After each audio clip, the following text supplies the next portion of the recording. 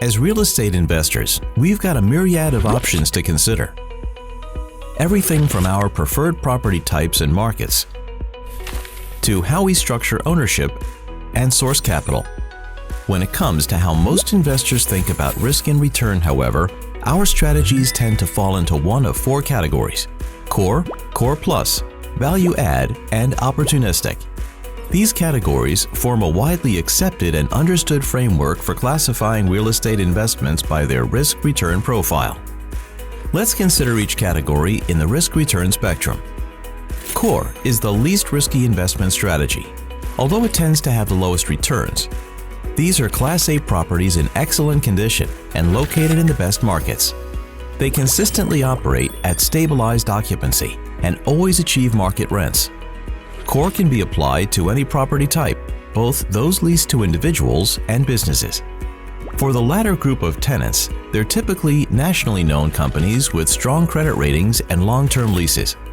All of this results in a very stable and predictable return for investors, typically somewhere between a 6% and 10% IRR. Internal rate of return, or IRR, is an investment metric that factors in all income during the holding period and any profit realized when the property is sold. If you'd like to take a deeper dive into IRR, see the link in the description below. Okay, back to the risk-return spectrum.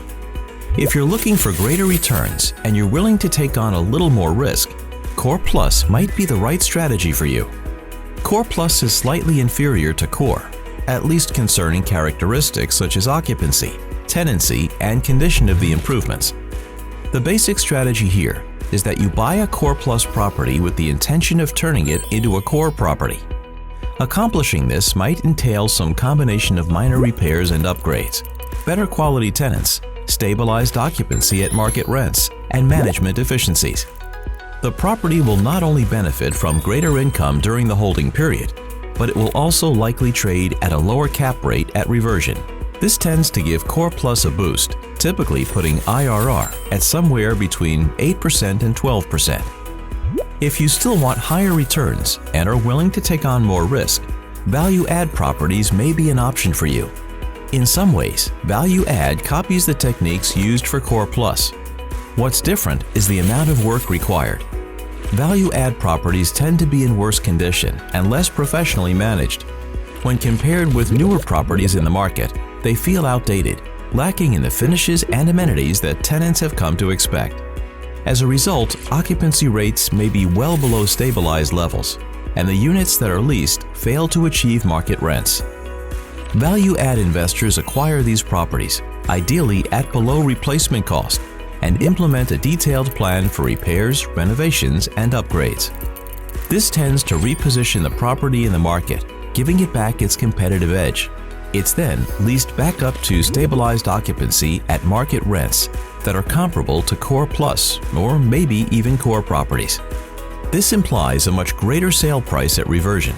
The annualized IRR for a value-add deal typically ranges between 10% and 20%. The last category, opportunistic, is not for the faint of heart. However, if you're willing to take on more risk, it offers up the potential for an outsized return. Opportunistic investments are typically either ground-up development projects or down to the studs, complete renovation of existing buildings, ones that may include structural repairs and even adaptive reuse. Existing buildings in these scenarios are sometimes acquired through distressed sales.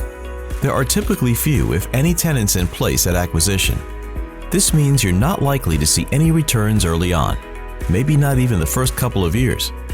Most of the income will be generated late in the holding period, leading up to and culminating in disposition of the property. When annualized, IRR for an opportunistic investment can exceed 20% and sometimes by a significant measure. Thanks for watching. Hopefully this video has given you the insight needed to select a strategy or a combination of strategies that's best suited for growing your wealth. If so, please give it a like, leave a comment, and subscribe to our YouTube channel. We also invite you to join the community of lenders at our website, beyondlenders.com. You'll find a wealth of resources there related to real estate debt investments.